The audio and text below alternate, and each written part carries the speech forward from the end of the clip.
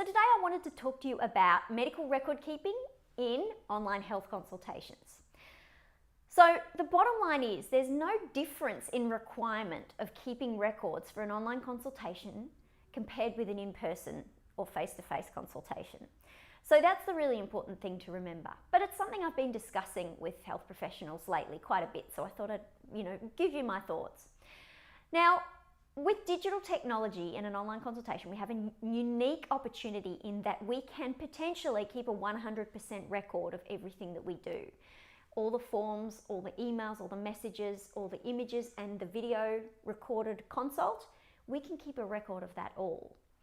Now, why would we want to do that? Well, a couple of reasons. Medico-legally, this means that we have a very thorough record. And just remember that in a lot of indemnity cases, it's not that the therapist did the wrong thing necessarily, but they didn't have adequate records to substantiate or prove what they had and hadn't done.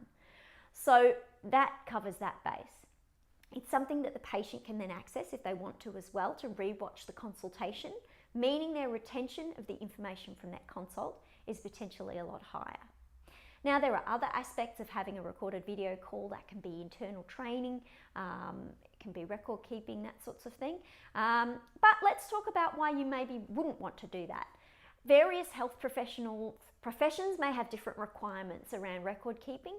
And if we talk about the psychology profession, for example, that might be content that they don't want to be video recorded for whatever reason. They might stick to their more traditional method of perhaps writing up notes and or a report after the consult. So I guess the message is, do what feels right for you, but don't miss opportunities just because you gravitate towards doing it the way it's always been done. On top of all of this, what you do need to keep in mind is that video files, say a video recorded consultation, those logistical file types are very large and you need to consider where you're keeping those. They're often too big as a file size to upload to your practice management software, which is where we keep absolutely everything normally. So where are you going to keep those video files? Now, a lot of the international security records revolve around cloud-based storage systems. So I would say at the very least, if you have that on a password protected or physically locked away hard drive, you can't run into any issues there in terms of it being able to be reached in the cloud. So a few things to consider there, but consider the opportunity of being able to have a 100% record, and if that might be useful for you in your health profession, it's something we choose to do, but it's got to be right for you as well.